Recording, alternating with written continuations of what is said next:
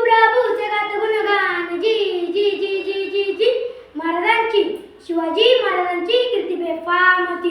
महाराजांची कीर्ती बेफाम भल्या भल्यांना फुटला घाम याला कोण घाली असताना दरबारी कुस्ती बेगम आली बडी बेगम म्हणजे आदिलशाची आई बर का. नजरेत तिच्या अंगार नजरेत तिच्या अंगार दरबार झाला गपगार कोणी घेई ना पुढाकार साऱ्यांनीच म्हणली हार.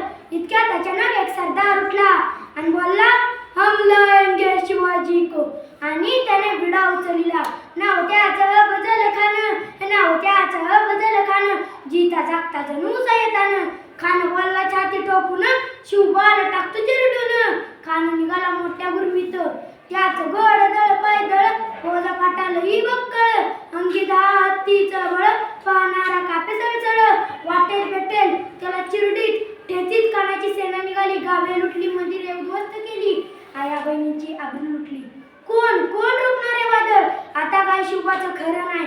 जो तो हेच बोलू लागला राजाची सेना मुठभर खानाला कसा थोपणार काय लढवा वाहून चिंतेत पंत सरदार.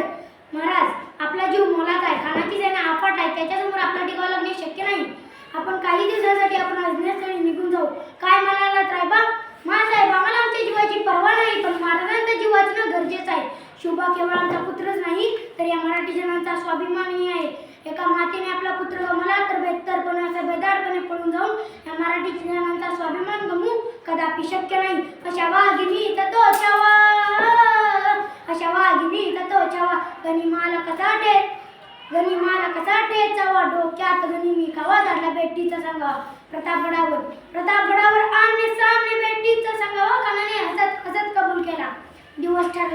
दिवस ठरल्याप्रमाणे प्रतापगडच्या पायथ्याशी खान आला बेगुमान. त्याला नाही जाण शिवाजी राजाच्या करमतीची आणि त्याचं जाणी म्हणाई शेतीची करील काय कल्पना युक्तीची जी जी जी जी जी जी. खानानं राजाला आलिंगन दिलं आणि दगा केला. खान दाभिमान मान्याला कट्टारीचा वार त्याने केला. खरखर आवाज झाला चिलखत होत अंगाला. खानाचा वार फुका गेला. खान यालपाडला. इतक्यात महाराजांनी पोटामध्ये बिचवड